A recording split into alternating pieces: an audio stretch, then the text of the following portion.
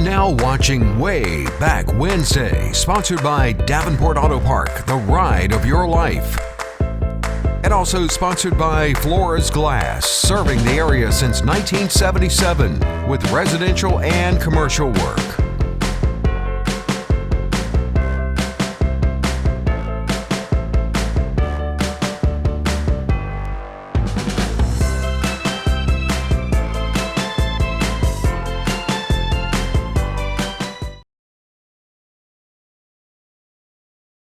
Good evening, friends. It's Wednesday night. It is Wednesday night. This is Wayback Wednesday, in fact. We're glad to have you with us tonight.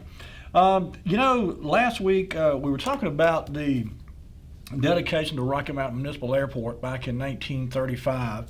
And if you remember, I read a bit of an article. There was a bit of an outcry because J.D. Winston didn't get acknowledged during that presentation and was not on the Board of Commissioners. He eventually, by the way, made it onto the Board of the Airport Commissioners.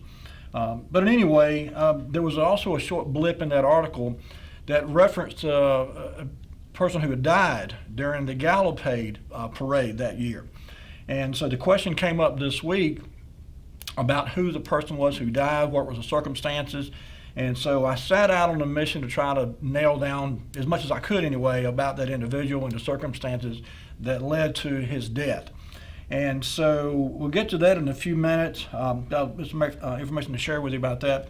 We're going to talk a little bit about a restaurant that we talked about back earlier this month. If you watch the show regularly, you know we sometimes talk about these restaurants that used to be in Rocky Mount. One in particular, the Coastal Cafe, that was over on Church Street, South Church Street, kind of catty corners across from the present-day fire station fire museum. And so I ran across a really neat picture, not of the restaurant, but of the sign across the street from the restaurant. And you can't even see the whole word of Coastal Cafe, but it took me a few minutes to figure out what the sign was talking about, and that's how I came to the conclusion that it was definitely Coastal Cafe. So we'll get to that too. And lastly, I want to give a special thanks to a viewer who watches every week, Tommy Parker and his mother. Both are loyal viewers of the show, and Tommy texted me last week and said he had a bag of stuff to drop off to me that he thought I might find interesting. And so all this week I've been going through just a multitude of old photographs and newspaper articles. Tommy's father worked for the railroad back in the 50s, and so there's just some really neat pictures that were in that bunch.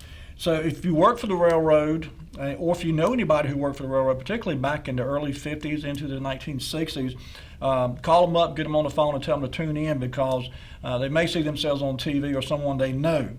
These are some really neat photographs, and so I'm happy to share those with you tonight. Getting back to what I mentioned at the top of this show, the article that was talking about, it was one of these public opinion articles that was written in 1935 when the dedication was done for the, at that time, Rocky Mountain Municipal Airport over on Church Street. And the citizen who wrote the column was expressing some degree of outrage that J.D. Winston was not acknowledged. He was not provided a spot, if you will, in the dedication ceremony. And so at the very beginning of that article was the little blip about the young man who had gotten killed during the Gallopade parade that took place that year. So as I said, we had a viewer that called me and said, hey, can you find out who that was, what happened, and what the circumstances? So as I said, I did some digging.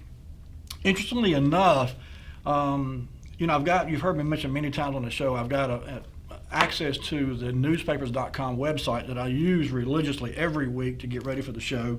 I'll spend a few hours each week just browsing through newspaper articles and so forth. It's a really good tool for this kind of show because you can do some really neat research. So I started digging, and no matter how I dug and looked in the Rocky Mount Telegram, I couldn't find anything, not a single blip, nothing other than that short sentence that was in the article about the dedication of the municipal airport. And so I thought, well, that's odd. Obviously someone passed away as a result of something that happened in the Gallopade parade. So what was it? What happened? And so I expanded my search and went beyond Rocky Mount and did a statewide search, the entire state of North Carolina. And when I did that, lo and behold, I found no less than about 3 or 4 different articles about what happened. So without further ado, Lee, let's put up item number 1. this kind of tells you, too, how broad a coverage. This, by the way, 1935 was the first year the Rocky Mount Gallopade event took place. The parade, and there was an air show that year. There was, a horse show that was part of it. But this article appeared in the Asheville Times from Asheville, North Carolina. Not Nashville, but Asheville up in the mountains. And you see this is Death of Youth on Parade Float, Mars Festival. It's a very short article, but it says, with the death in a local hospital today of Milton Robbins, 19, driver of a float which exploded and burned during the annual Gallopade Parade yesterday, tragedy had marked the effect of the two-day festival, which began here on Thursday morning. Robbins and a companion, S.C. Sykes, leaped from the flaming float with their clothes on fire.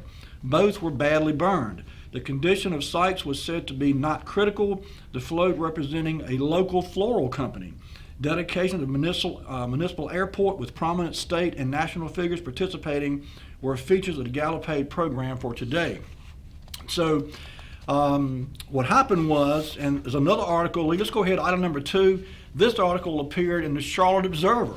And again, it kind of gives you an idea of how widespread the coverage was of the Gallopade event. And this was, again, the very first year. 1935 was the first year the Gallopade took place in Rocky Mount. This says, with the death of a local hospital, in the local hospital day of Milton Robbins, and it basically the same thing as that appeared in the other article. It's almost word for word. I'm not going to read this. But again, I just wanted to kind of point out that even though the article did not appear in the Rocky Mount Telegram, and my only guess is maybe just to kind of tamper down some of the emotional aspects of it for the local citizens, it just didn't appear in the Rocky Mount Telegram. But it did appear in the Asheville Times, the Charlotte Observer. Number 3, Lee, if you would, the Greensboro News and Record had a little more detail. It says, death today had played a grim part in the first annual Gallopade as Milton Robbins, 19, driver of a local floral company's prize float in the parade yesterday, succumbed today to injuries suffered when his float exploded and burned during the parade. S.W. Sykes, who was 40, companion of Robbins, was in a local hospital suffering from burns, but his injuries were not considered critical. The float, which Robbins was driving, was bringing up the rear of the parade. On one of the principal streets, it ran out of gas. After the tank had been replenished and the occupants had started to continue their journey, the float exploded, shattering the large glass-encased float and setting it on fire. Both men, together with a small boy who was an occupant, leaped to the street, the men's clothing in flames. The boy, Billy Robbins, was uninjured. Officers expressed the belief that gasoline had been spilled on the heated motor. So it appears that whatever was pulling the float, tractor, car, truck, whatever it was, ran out of gas. They refilled it, and while they were refilling it, they spilled some gas on the hot motor, and it just literally exploded, caught fire. And sadly, Milton Robbins, who was 19 years old at the time, was so badly burned that he died the following day in the hospital from his injuries. So that's what happened. That's when it happened. And like I said, that was in 1935, and it was the first year of the Gallopade. Sadly, the Gallopade, well, let me back up a minute. The Gallopade went on, had a pretty good run. It actually ran for several years, from 1935 up through 1948. We had a Gallopade every year. And every year there was a parade, there was a horse show, there was air shows some years, not every year. But there were a lot of events that were tied to, in some way, the Gallopade every year from 1935 to 1948. By 1949, however, interest in the Gallopade had started to wane, primarily because it was local businesses who were footing the bill. The Gallopade Committee, which was made up of local businessmen and women, would go around and solicit donations from local businesses to actually pay the expense of putting on the events. And initially, the local businesses were eager and willing to participate, but as time went on, they, I guess, began to see less and less return on their investment, for lack of a better term, and decided they didn't want to participate anymore. So this article appeared, item number 4, if you would, Lee, in the Rocky Mount Telegram, March the 25th, 1949. And I'm not going to read it. It's a very long article, but the headline says it all. Gallopade chiefs worried by lack of interest here.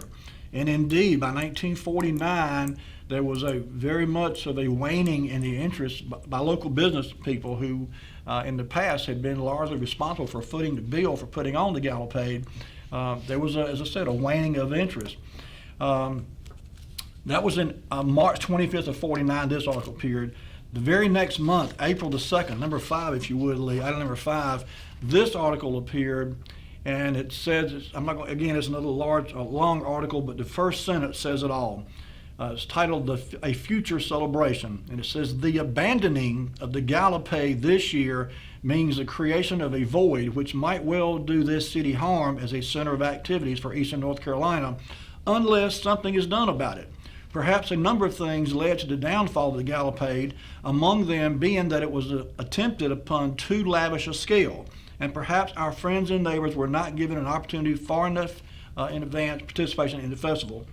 So anyway, those who have interest in Rocky Mount's future should look to some other means of bringing people together in this city.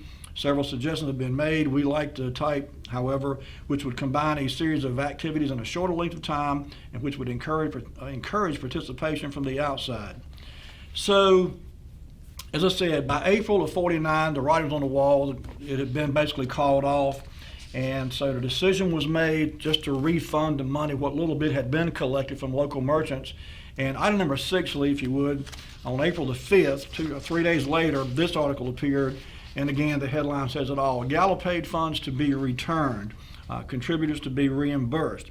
So it says funds, and this is a bit of an irony here because the very first sentence in this article is incorrect. Keep in mind, the first Gallopade took place in 1935. The very first sentence in this article says, funds donated to the 10th annual Gallopade will be returned to contributors probably by the end of this week, it was announced today.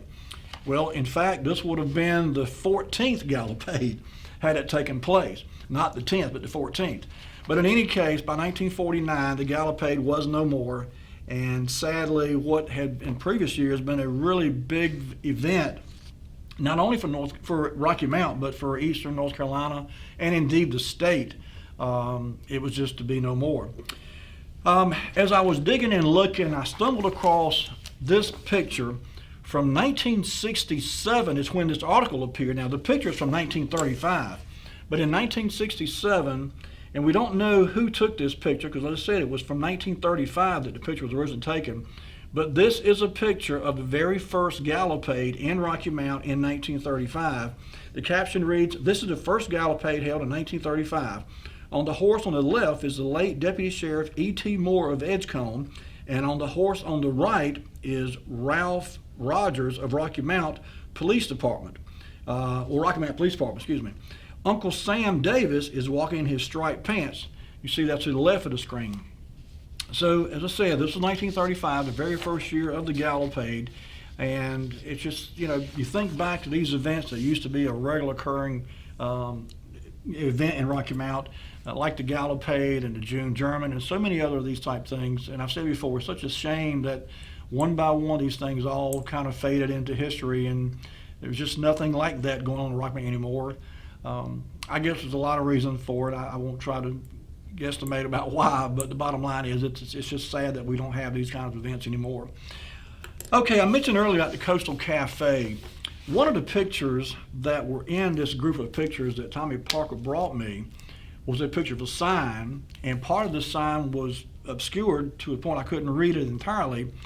But looking where it was and looking at the surroundings, I very quickly realized, well, that had to be a sign pointing to the Coastal Cafe. So I began to wonder about the duration of the Coastal Cafe. If you remember a few weeks ago, we talked about Central Cafe and its very long run of several owners and several names of different businesses that were there over the years. And so I was curious about the Coastal Cafe too. So I did a little digging into that. In January of 1941, item number 8, if you would, Lee, this was the first article, or first ad, I should say, not article, but ad, that appeared in the Rocky Mount Telegram that I could find anyway for the Coastal Cafe. And it appeared January the 23rd, 1941. Can we get that on the screen, Lee? Okay, there we go. It's a very simple little ad, obviously, but it says Coastal Cafe. The address is 411 South Church Street. And you see regular dinners, 35 cents. They advertise fried chicken, sandwiches, short orders, beer and soft drinks. Curb service was available, and they were open 24 hours a day. How about that? Now keep in mind, this is in really very close proximity to the train station. So during the heyday of train travel, this was a great spot to be. People could literally walk off the train and walk across the yard a little bit, and there'd be Coastal Cafe. And so I would imagine they probably had a brisk business for many, many years. But in 1941, they were indeed up and running, and continued on. By 1942, we were at war, of course. World War II was raging all over the globe. And this ad appeared September the 19th, 1942, item number 9, if you would, Lee. This is an ad that appeared in the Rocky Mount Telegram also. And it's a notice that the Coastal Cafe is doing away, temporarily anyway, with their curb service. Can we get that up, Lee? Number 9. I think we're coming there. Anyway, while we're getting that up on the screen, I'm just going to read. It's a very short little ad here, but it says, curb service at Coastal Cafe will be discontinued immediately due to extreme labor shortage. We appreciate your past patronage and invite you to come inside where we can now serve you more efficiently and promptly. Have we got a technical issue going on back there, Lee? I'm guessing we probably do. So bear with us, folks. We'll get this worked out here in a minute, and we'll get these back on track here. But as I said, this ad appeared in the Rocky Mount Telegram. There you go. September 19, 1942, when this ad appeared. Now, moving right on, item number 10, Lee, in the Rocky Mount Telegram, May the 12th, 1943, this ad appeared. Notice, due to shortage of food and help, it will be necessary for us to close our cafe one day each week, beginning tomorrow, Thursday, May the 13th, and each Thursday thereafter until further notice. So keep in mind, this was a restaurant that had been open 24 hours a day up until some point, and it doesn't mention being open 24 hours a day on these last two ads. But again, we're right in the middle of World War II by now. A lot of people are off the war. A lot of the men certainly are off the war, and the whole country is behind the war effort. And so everybody and everything is being geared around the war effort. And so every business was making concessions and doing what they could do. I read an article today, in fact, it was talking about what to do with your used cooking oil. There was an effort for housewives to save used cooking oil because it could be used in the production of ammunition. So anyway, let's move on. Item number 11, Lee. January 24, 1948. And it says the new Coastal Cafe, open all day Sunday, closed on Thursdays. And you see there it says open daily now, 6:15 a.m. to 11:30 p.m. Be sure to visit our new modern restaurant and try the best food you ever tasted. The address is still the same, 411 South Church Street. So it never relocated during the time that it was open, but it did change hands at least twice. There was at least 2 different owners that I ran across while I was doing this research. And lastly, I mentioned there was a picture, number 12, if you would, Lee. This picture was included in the bunch, a little blurry, I apologize. But when I saw this picture and I looked at the top, and my first thought was Central Cafe. I said, no, that's not anywhere near Central Cafe. And so I got thinking, I said, wait a minute, I know this. If you zoom in on this, you can tell behind it, to your left there, is the present day Rocky Mount Fire Museum. Of course, back in this time frame, it would have been Marx Brothers Tire Service. But this is 411, it's across the street from 411 South Church Street. I think the fire station is actually 400. But in any case, to your left there, that is Tommy Parker's father. His name was William, what I think they called him Bill Parker. And the gentleman to the right is a fellow named Tom Daniels. Now, I don't know if anyone knows Tom Daniels. And again, it's a little bit of a grainy picture, not the best quality picture, but it's 70-some years old also. So I scanned it with my scanner and tried to do the best I could to blow it up a little bit, because these were very small. They were like 3x3 pictures, and so I wanted to blow them up and get a little more detail. And when I tried to blow them up, they got a little bit grainy. So they were a little better quality in the original format than they are now. But a little easier to see. But anyway, this sign was across the street from the Coastal Cafe. And again, it was right there, the sign anyway, was between what is present day the Rocky Mount Fire Museum.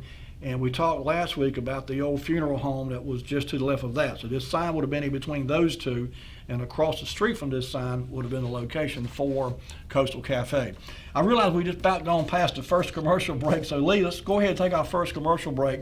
When we come back, we've got a bunch more pictures to show you. A lot of folks who worked at the railroad during the 1950s, including Tommy's father again, Mr. Bill Parker. So don't go anywhere. We'll be right back with more Wayback Wednesday.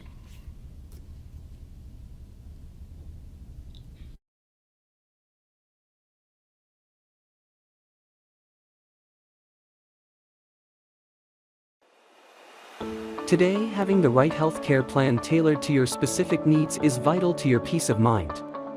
The question is not if you will need the coverage, but when. And when that time comes, you want to be prepared. With the rising cost of medication, medical procedures, and doctor visits, you should know which is the right insurance plan for you. From life insurance, affordable health care, to Medicare, there are a lot of insurance options available, and choosing a plan can be overwhelming. Having Gus Tullis as your insurance professional on your side will give you peace of mind, because you will know you are covered with the insurance that meets your needs. Hello, my name is Gus Tullis of Gus Tullis Insurance, and I've been helping people with their insurance needs for well over 20 years. Call me today. I'll answer any question you have. 252-937-6913. Looking forward to hearing from you. I'm Daniel Moss, owner of Cornerstone Funeral Home, and I'd like to invite you and your family to give our family an opportunity to serve you in your time of need. And we offer a full line of funeral services, everything from visitations to graveside services to cremations on site with a live crematory, as well as a banquet hall to meet the catering needs of our families that we serve. We offer catering service, we offer refreshments prior to visitations and services of our family, and we want to invite you to come and experience the difference here at Cornerstone Funeral Home.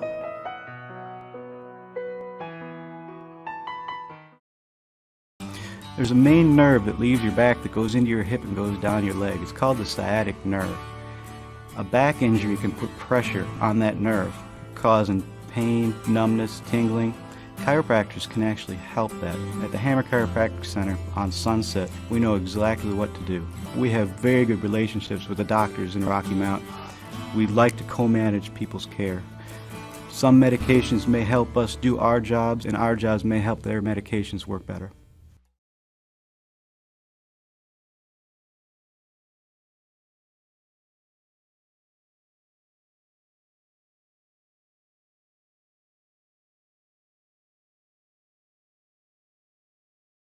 And we're back. During the course of research for this show each week, I oftentimes stumble across a picture that not necessarily has anything to do with the topic I'm researching, but I almost feel compelled to share it with you because for one reason or another, it just strikes me as something that's worthwhile to put out there to you, the viewer. And such is the case with this next picture. This actually appeared in the Rocky Mount Telegram April the 29th, 1948. And it was a little blip. If you remember, we've talked a few times in the past. There has been a series of, I guess you call them photographs with a caption called Lendscapes, L-E-N-S-C-A-P-E-S, Lendscapes. They were started, I think, by Bugs Behringer. I think Charlie Killebrew was involved with it for a while too. But basically, it was just a photographer going around town taking snapshots and putting a little caption with the photograph.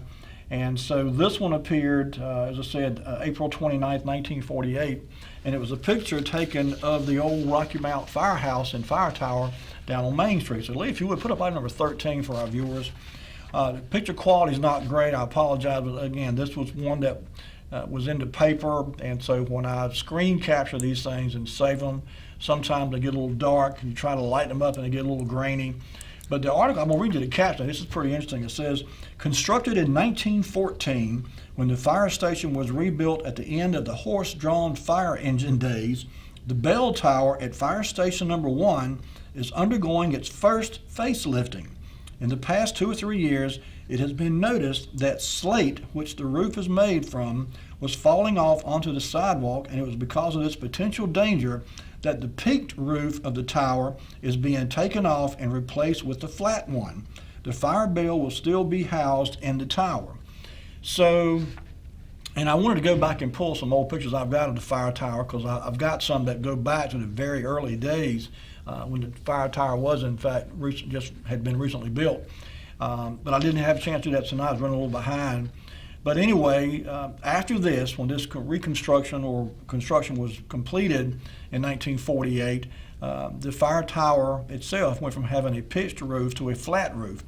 And that at that point, it became a very popular place for photographers to get up there and take pictures up and down Main Street, looking south and, of course, looking north, too. So anyway, all right, I mentioned that Tommy Parker, my good buddy from elementary school all the way through high school.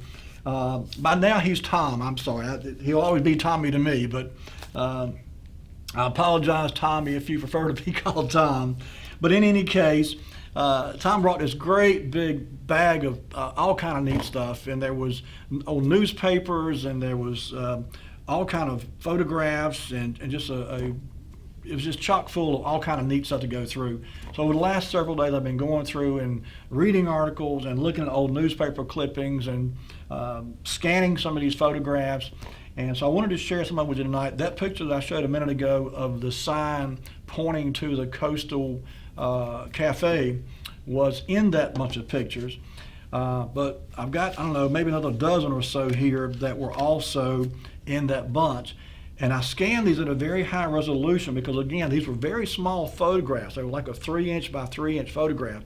And so when I scanned it with my digital scanner, I used a very high resolution to hopefully make them bigger and easier to view and also better to zoom in with. So having said all that, Lee, let's go ahead and jump to item number 14. This was taken in 1952, and that is Mr. W.T. or Bill, as he was known, Parker, Bill Parker. Now, and I'm hoping some of our railroad guys are watching the show tonight because there's a little bit of a mystery here. I texted Tommy earlier tonight and asked him, and he wasn't sure either, but Bill Parker had taken the time on most of these pictures to write something on the back, and thank God he did, because otherwise we wouldn't know anything about what we're looking at here. But this picture was taken in 1952, and on the back of it he had written his name, Bill Parker, and the letter CO. And so my first thought was central office, but I thought, well, that doesn't sound right. I've never heard anything to do with the railroad being referred to as central office. I thought, well, maybe conductor's office or something like that. That didn't sound right because there's another picture I'll show you shortly that is a picture, and it points to Bill himself, and it says, Bill Parker, the new CO. So anyway, there's an abbreviation there, CO, that stands for something, and if anyone knows what it is, 407-1111, the number, please call and tell us what it stands for. But anyway, this was taken in 1952. Most of these, in fact, are from either 1952 or 1953, and they were a collection of photographs that Tommy's father had taken when he worked for the railroad during that time frame. And they're just really neat pictures. There's just the calendar on the wall was a 1952 calendar. There's an old-timey phone right there in front of him on the desk. It's just a really neat old photograph. You keep in mind, this picture now was, 71 years old. So it's just a lot of history here. And, you know, there was a couple of questions that came up in my mind, and we'll get to some of these in a minute. In fact, let's go ahead and lead to item number 15. The very next picture is the one I was fixing to tell you about. This picture is on the back, said Bill Parker in front of CO, again in parentheses, quotation marks, in front of CO 1952. So my first question was, so what did CO stand for, obviously? Secondly, where was this building? I thought it might have been the building that in later years was the old RE Expressway building, which is now the current bus station. But that building is brick. This building is obviously, looks to me to be wood plank on the side there. So I don't think it's the same building, but I don't know where this building was unless it was further south down at the place where the Emerson shops were. I just don't know. I don't know where this building was located. But anyway, the picture identified on the back says in front of CO 1952. And again, this is Bill Parker. Okay, let's move on then, Lee. Item number 16, and this is a picture inside that building. It said CO Office 1952, and this is the same office that Bill was sitting at the desk just a few moments ago. And if you zoom in on this, Lee, right there in the center of the screen, well, up near the top left, you see there's 3 sets of bells on the wall up there. I'm guessing there are phone lines that go to those things for various incoming phone. There you go. And they'll pan down to the desk, and you'll see there's one of those old-timey phones. First thing I thought of when I saw the phone was the old episodes of Green Acres. There it is right there. You see it? Just to the left of those two white pieces of paper. That's one of those old-timey phones where you hold it in one hand and you crank the thing with the other hand. That's a really old-style phone there. But just it's a neat old picture, and there's obviously a lot of history here. And okay, Tommy just said CO was on the train yard South Rocky Mount. Okay, so that would have been down at the Emerson Shops down that area there. Okay, thank you, Tommy. So now we know where the building itself was. And I'm not exactly sure what they did there. I'm guessing something to do with the conductor, maybe. I don't know. Tommy said he wasn't sure either. And I was hoping one of our retired train guys watching tonight would call in and enlighten us here. So I don't know. But anyway, this was the office. And again, it's just a really neat picture. Some old technology there. But let's move on then, Lee. Item number 17. This was also a picture that was included in the bunch that were in the bag that Tommy brought me. And it's actually from 1952 also. And it's actually a picture of the train station, number 17. There you go, Lee, right there. And of course, this is the way the train station looks today. It's not changed much since 1952 on the outside anyway. There's been some renovations on the inside done. But you know, this building was originally built in 1893. And it originally was a two-story building in the center and then a single story on either side of that. They added on a second floor to those wings, if you will. So the building's been renovated several times. The first renovation took place between 1911 and 1912. There was another renovation done in 1916. There was an extensive renovation done in the mid-1990s on the inside. A lot of history in this old building right here. And you know, we've talked many times about the importance of the railroad and the growth of Rocky Mount and how important it was, you know, to getting Rocky Mount literally on the map. You know, trains brought goods in, trains brought shipped goods out, particularly tobacco and cotton and agricultural products.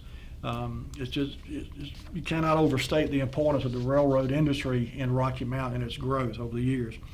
Item number 18, if you would, Lee, and this makes a little more sense now that Tommy said that this CO office was down on in the Emerson Shops yard down there. So on the back of this photograph, it said train in front of CO office, 1952. That's just the way that he had captioned the picture.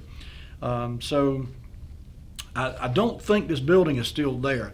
In fact, I don't know if we're going to have time. I hope we do. I'm going to try to get through. I found a really neat video I was doing some searching and stumbled across a video. And what I'm trying to get to is at the very end of my list of everything tonight. But these two young fellows, I dare say they did not have permission to do what they did, but they actually went inside one of the old buildings in the Emerson Shops and took a video walking around inside that place. Pretty neat. We'll get to that hopefully a little bit later on. So let's move on then, Lee. Item number 19. This gentleman here was identified on the back of the photograph as being Mr. James Harper, and he was a yard master. And so, again, this makes sense to me that this would have been down in the area where the Emerson Shops was at South Church Street down there, where the train yards were typically referred to. So anyway, Yard Master James Harper, 1953. I sent a text message earlier tonight to a fellow I know, Tim Harper, to see if this guy was related to him, and I've not heard back from Tim yet. So I don't know if it was his father or perhaps grandfather, maybe, I don't know, but in any case. Okay, let's move on then. Item number 20, Lee. This is another picture. This picture was identified as Bill Parker, of course, and it just said Bill Parker, CO. So I'm guessing maybe this may have been, he was indicating that he was inside the CO office, I'm thinking. Now that I think about it, because when I first saw it, I thought CO might have been some kind of designation, like a rank of some sort or whatever. But now, the more I think about it, I'm inclined to think that what he meant was this was him in the CO office in 1953 when the picture was taken. One neat thing on the desk, if you zoom in, Lee, on the left corner of that desk in front of Mr. Parker there's a box, and I thought I recognized it, and when I zoomed in, sure enough, it's a box of Roy Tan cigars. I remember very distinctly when I was in school, Okay, pan down, Lee, and you'll see there's a little typewriter there. There you go. That's a cigar box. Roy Tan made cigars. And they were made by a company down in Charleston, South Carolina. It's called the Cigar Factory. Ran across an old picture of that building was built in the like 1880s, I think it was. And that's where the Roy Tan brand of cigar was manufactured. They've been discontinued for a number of years now. You can't buy Roy Tan anymore. But the old Roy Tan cigar boxes were around for many, many years, and we used to use them in school to make various projects from. And just a neat memory to see one of those old cigar boxes. I hadn't seen one in a long time, but that's what that was. So anyway, okay, let's move on then, Lee. Number 21. This picture was captioned CO Office, and it actually identified these four gentlemen, Gordon Davis, Bill Lynch, Bill Bond, and then I guess I couldn't remember his first name, but A. Hardesty. And if you look, all four of these men are smoking something. The gentleman to the left, sitting down, has got a cigar in his mouth. The man over his left shoulder in the white shirt's got a cigar hanging out of his mouth. The gentleman to his left with the striped tie is holding a cigar in his hand. And a gentleman sitting down with the cardigan sweater on there has got a pipe in his hand. Not sure what the occasion was here. They just looked to be a fun bunch of guys. And you see it's like 20 minutes to 10. I'm guessing that was at night. It looks to be dark looking out the window there. So I guess the boss is away. The cat's going to play a bit. So the guy's goofing around there. But anyway, just a neat old picture. I didn't recognize any of these fellows. Maybe some of you may know some of these guys. But anyway, Gordon Davis, Bill Lynch, Bill Bond, and somebody named A. Hardesty. Okay. All right, Lee, let's move it on then. Item number 22. This picture was identified as dispatcher Mr. Roscoe Barber. Was a dispatcher in 1953. And, you know, I seem to recall someone calling into a previous show years ago, and I think some of these departments, if you will, some of these capabilities were relocated at one point from the Emerson Shops Yard down on South Church Street up to the train station. I'm not sure the full extent of how that all went down and which departments were moved, but I seem to recall somebody calling in and saying, yeah, at one point they were down there, then they moved up here, blah, blah, blah. But this, again, was Mr. Roscoe Barber, who was in 1953 one of at least two dispatchers, because item number 23, Lee, this was another dispatcher by the name of Tommy Clay. I went to school with a girl named Robin Clay. We were in the first, second, and part of third grade together at Wilson Elementary School. And I lost track of her many, many years ago. I don't know where she's at now.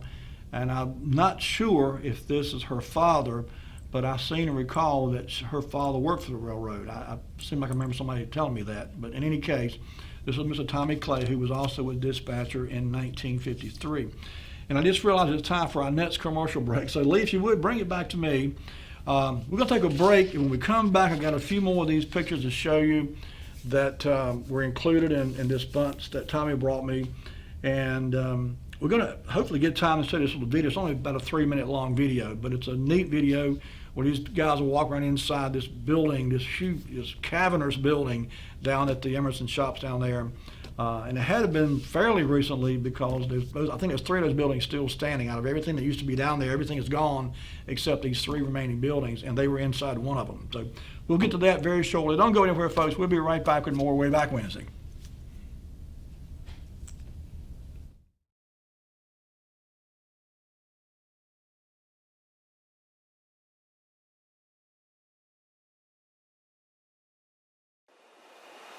Today, having the right healthcare plan tailored to your specific needs is vital to your peace of mind.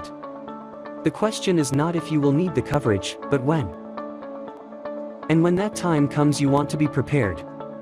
With the rising cost of medication, medical procedures, and doctor visits, you should know which is the right insurance plan for you.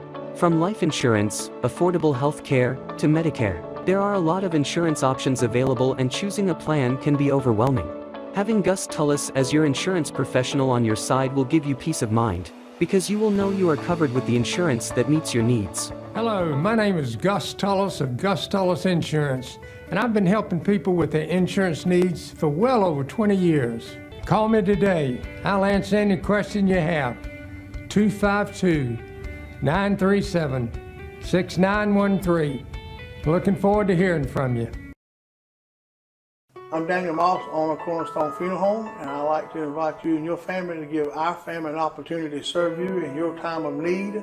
And we offer a full line of funeral services, everything from visitations to graveside services to cremations on site with a live crematory, as well as a banquet hall to meet the catering needs of our families that we serve. We offer catering service, we offer refreshments prior to visitations and services of our family, and we want to invite you to come and experience the difference here at Cornerstone Funeral Home.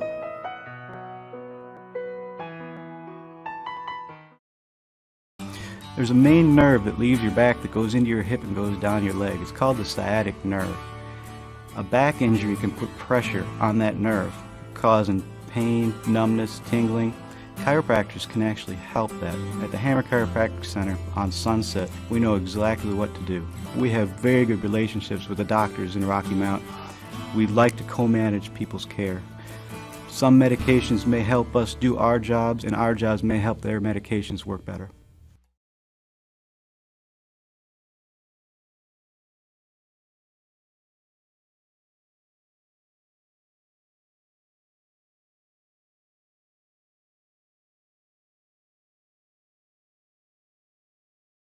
We're back, I see. Had a call during the break there, Randy Sutton called. Thank you, Randy. And reminded me that the James Harper that I was talking about earlier was actually one of my old neighbors. When I was very young, we lived over on Crescent Drive, and down the street from us was a two-story brick, not brick house, two-story, I think it was stucco actually. But anyway, James Harper and his wife lived there. I think Randy said she taught piano and he worked for the railroad, of course. But anyway, I had forgotten all about that family, but Randy said that's who that James Harper was. He was actually one of my old neighbors, and I'd forgotten all about him. But anyway, so appreciate that. All right, so I think we left off at number, what, 23, was it, Lee, or 22? 23 is the last one we showed? Yeah. Yep, okay. So let's move on then. Item number 24. This picture shows, it says looking north from the bridge, the new CO 1953. So I'm guessing maybe, I don't know, this was all it was on the back of the picture. I wrote it word for word as how he had written on the back of the photograph. And it said looking north from bridge, new CO 1953. So perhaps there was a new CO office built, whatever CO stands. We still don't know what it stands for, what it refers to. But in any case, this is looking north, and off in the distance, if you zoom in right in the middle of the picture, up there at the skyline where the trees are, I believe that maybe, I'm not sure, again, it's in 1953. That's obviously downtown Rocky Mountain. Oh, we got a call. Hello, caller, you on the air? Yeah, Randy, how you doing this day? Hey, Randy, good, buddy. How you doing?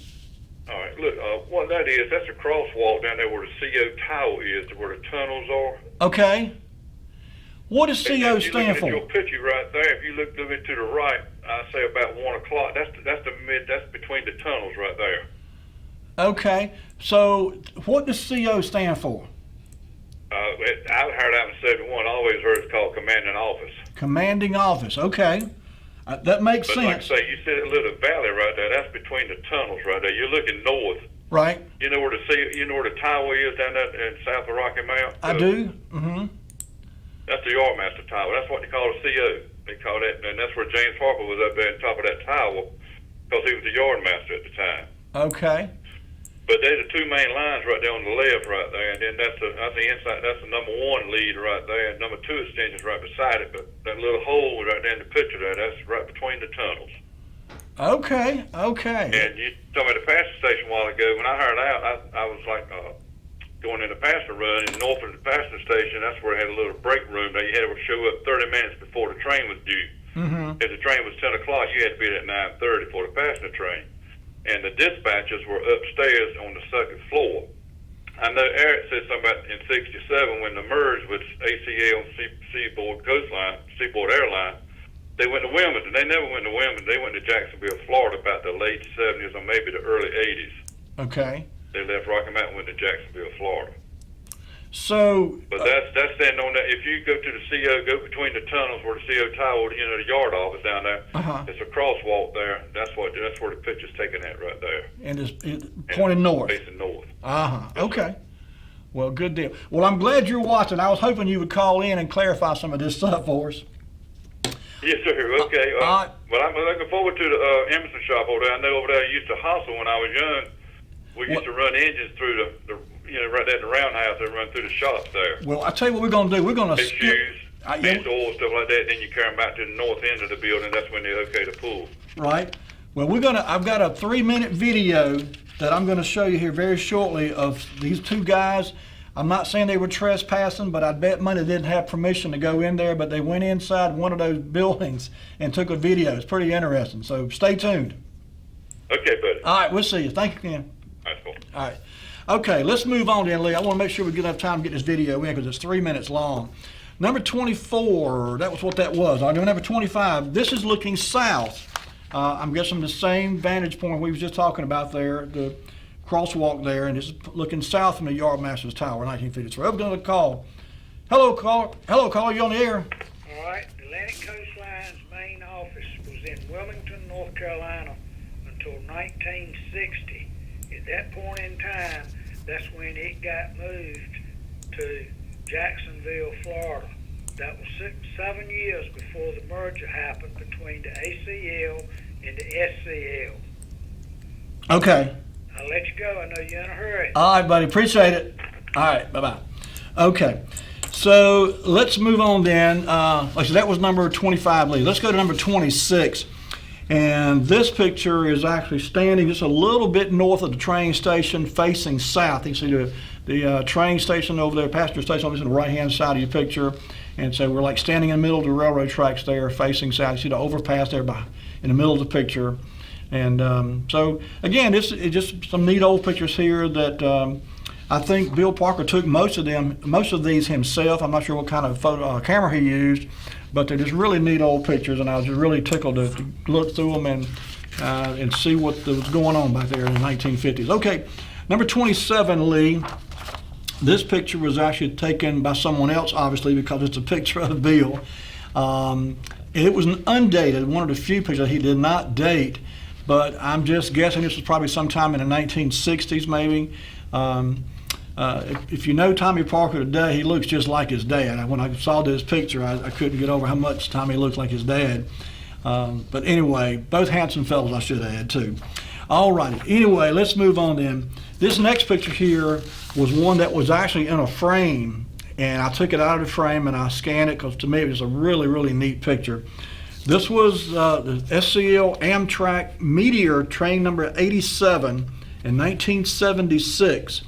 And if you zoom in, Lee, on the left-hand side, you can actually see the train station. The Rocky Mount train station is in the background now on the left-hand side, way back in the background.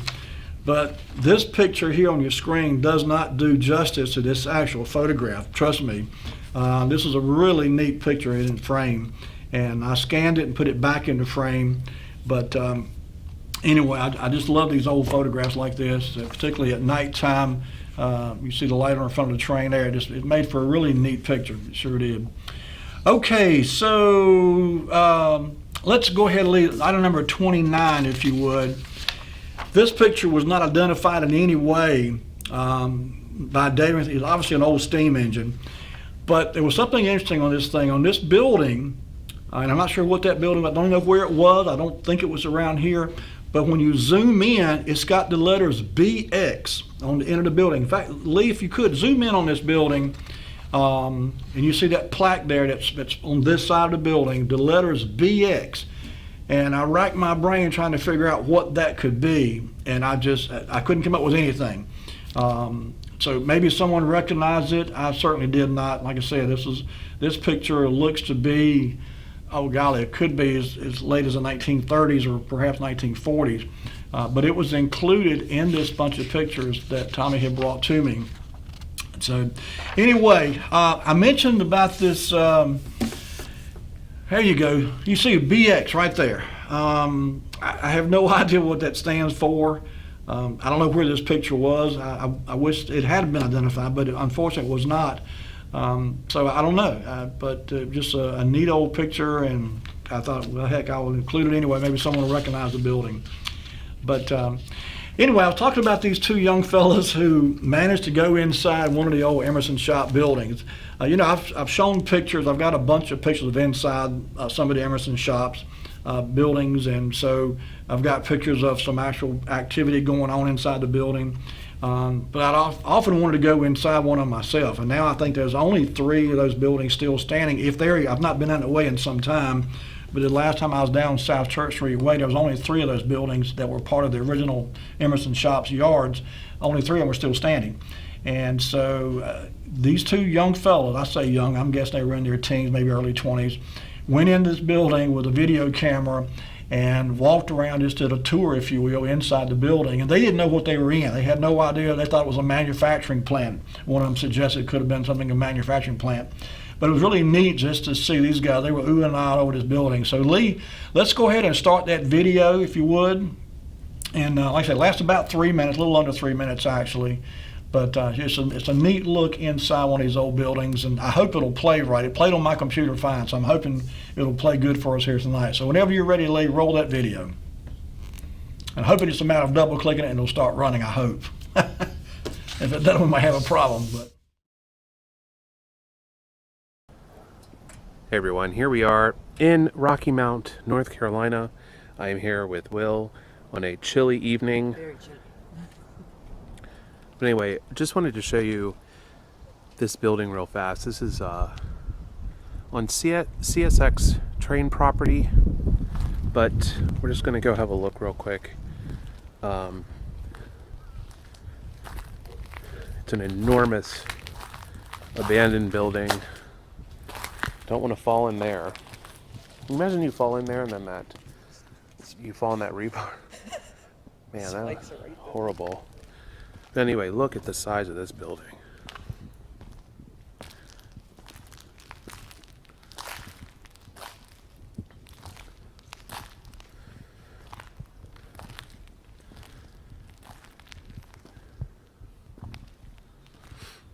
I have no idea what this used to be. Hard to say. Some kind of manufacturing or something to do maybe with the trains. Not sure, but it is an enormous structure.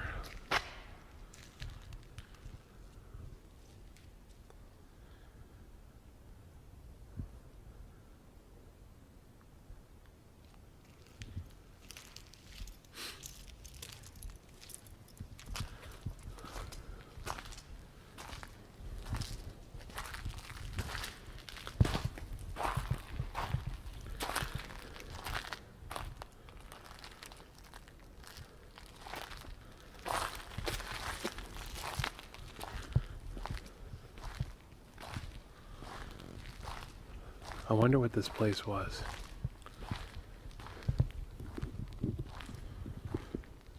It's really hard to say.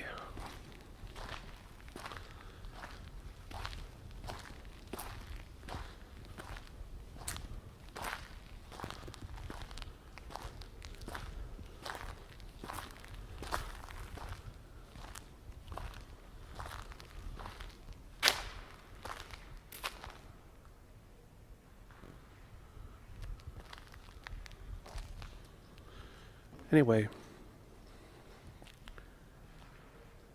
thought you guys would find this interesting, so we popped in to show you. Thank you for watching.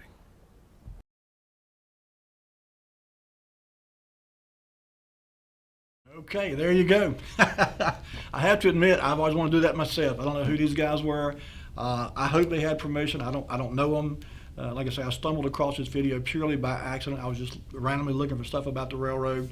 And when I came across the video, I watched a few seconds. I said, "Oh man, this is neat here." So anyway, I saved it on my computer, and I'm glad it came across the viewers so you could see it yourself. That's about all I've got for tonight. I was kind of making sure I want to get to that, so I ran through some things pretty quickly. Anybody got any comments? I've got a call. Let's get this call. Hello, caller. You on the air? What was that? What year was that picture where somebody wandered around in the old engine shop? I'm not sure.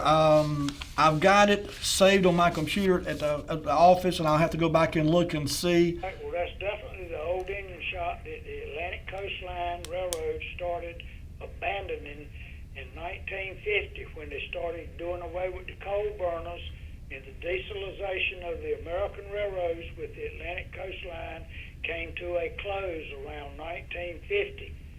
By the late 60s or so, there was a couple of different people that was in there. Bruce G.M. Diesel, Morrison Knutson, who have rebuilt EMD engines that were trained diesel engines, and that's clearly where they were at.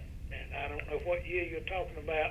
Those people wandered in there taking that, but that was the old engine shop. Okay. I've got it. I've got the video on my desk, and I think the date is on there. But if not, I can go back and find it online. I found it on YouTube, and but all right, buddy. Thank you. Goodbye. Goodbye. Okay. Folks, that's going to do it for us tonight. We've run slam out of time. I want to thank you so much for tuning in. I want to thank those who called in and shared your memories with us. It's always fun to me to hear people bring more news into this information than what I was able to gather on my own. So I always appreciate that greatly. That's all we've got for tonight. So I want to thank you all for tuning in. Have a great week, folks. Take care of yourselves. Be kind to one another. We'll see you next week with more Way Back Wednesday. Good night.